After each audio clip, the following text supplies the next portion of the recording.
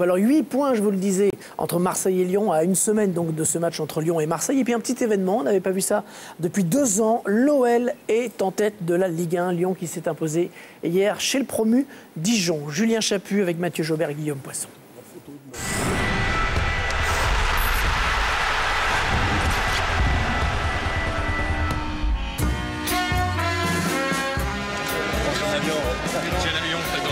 On est leader ce soir. Ah, on est leader, ça fait du bien et c'est super. C'était difficile. Continue comme ça, c'est beau. C'est beau. Continue comme ça, c'est beau. Mais c'est bien. Lucide, Jean-Michel Aulas sait que Lyon n'a pas réalisé un grand match, mais en l'absence de Lisandro, Bafétim Gomis a sorti l'OL du piège tendu par les Dijonnais. On est tombé face à une équipe qui était généreuse, qui n'a pas lâché de la première à la dernière minute devant un public qui était chaud.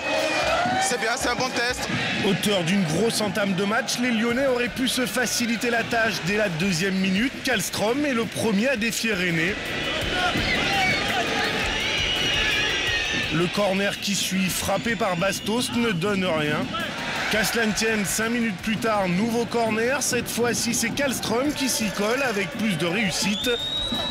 Gonalon dévie de la tête pour l'ouverture du score, mais l'intéressé nous livre la vérité en toute sincérité. C'est un joueur de Dijon. Donc c'est pas toi? Non, c'est pas moi, non. Effectivement, c'est Bamba qui dévie le ballon de l'épaule dans son propre but. 1-0 après 7 minutes de jeu. Les Dijonnais veulent éviter de revivre la même déconvenue que face à Rennes lors de la première journée. Défaite 5-1. Comme dans la foulée, Lyon balbutie son football. Les promus n'hésitent pas à tenter leur chance.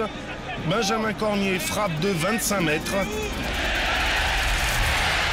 et délivre les premiers frissons de la soirée au stade Gaston Gérard. Dijon se relance juste avant la pause.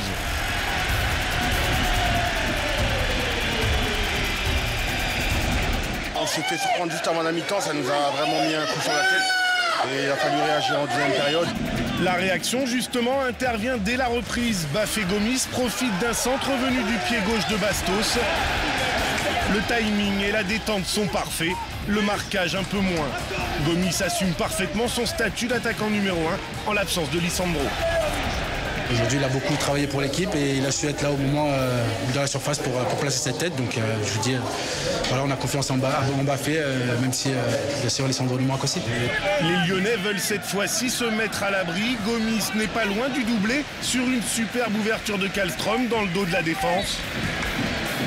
Bastos, lui, manque le break d'un cheveu. Clément Grenier l'avait parfaitement servi. Auteur d'une belle entrée en jeu, il est le symbole de la jeunesse montante lyonnaise, fraîchement rentré du mondial des moins de 20 ans en Colombie. Pour moi, il n'y a pas de jeunes, d'anciens ou d'expérimentés. Il y a des joueurs qui ont du talent, des joueurs qui sont en forme et des joueurs complémentaires. Après, s'il y a des jeunes au milieu, c'est bien, j'aime bien. Pour Lyon, la fin de match est compliquée. Rémi Garde est tendu. Image rare, l'entraîneur de l'OL s'en prend au 4e arbitre pour une faute non sifflée sur Koné. Plus qu'une erreur d'arbitrage, le coach lyonnais sent surtout que son équipe peut craquer. Mehdi Cournio rate l'immanquable à 10 minutes de la fin. C'était la dernière occasion d'accrocher le point du match nul pour Dijon. C'est pas déçu, je suis frustré. On avait la possibilité de faire quelque chose et on fait comme la semaine passée pour Montpellier, partie des cocus. Donc voilà. Donc ce soir, on est cocu et on est cocu. Cocu mais content comme la chanson.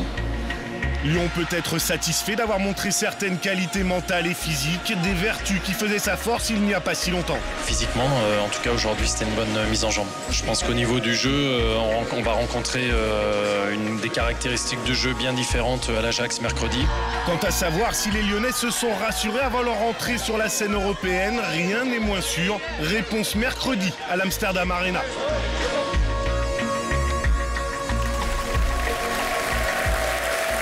Ce match entre l'Ajax et l'OL sera effectivement mercredi en direct sur Canal+ Sport et dans le même temps sur Canal+, vous pourrez suivre Lille contre le CSKA Moscou, premier match de Ligue des Champions.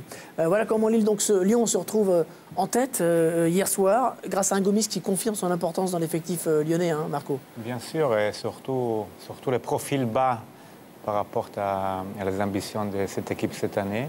Ça peut être très dangereux pour les autres parce que on n'a pas entendu Lyon annoncer des objectifs importants, mais l'effet d'avoir trouvé un peu de sérénité dans le travail et avec les supporters, ça peut être vraiment dangereux parce qu'ils ont l'effectif, en sachant qu'hier, il y avait des absences importantes pour aller chercher le titre. Et il y a moins de pression, c'est vrai. On va compter les buts de Gomis jusqu'à la prochaine liste de Laurent Blanc, parce que, bon, a priori, il ne jouait pas assez l'année dernière pour être appelé, plus qu'Oaro, il paraît.